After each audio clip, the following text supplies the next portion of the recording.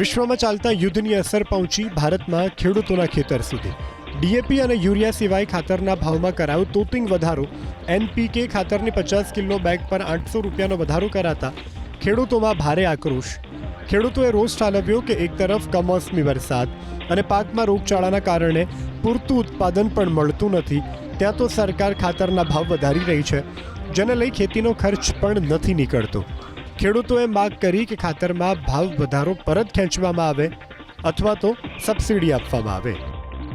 20-0-13 હું 1550 રૂપિયાની થેલી 2 મહિના પહેલા લઈ ગયો હતો, એના 2250 રૂપિયા અત્યારે મારી પાસેથી લીધા છે। 700-700 રૂપિયાનો વધારો નાખી દીધો, તો કોઈ સરકાર કેમ આમાં ધ્યાન દોરતી નથી? તો બધી બાજુથી આ ખેડૂતો કઈ રીતે સહન કરી શકશે? 700-700 રૂપિયા વધારે અત્યારે લઈ લીધા, તમે સહાયના નામે 37,000 રૂપિયા ખેડૂતને આપ્યા હતા, હવે ધીમે ધીમે પાછા લેવા મળ્યા છો।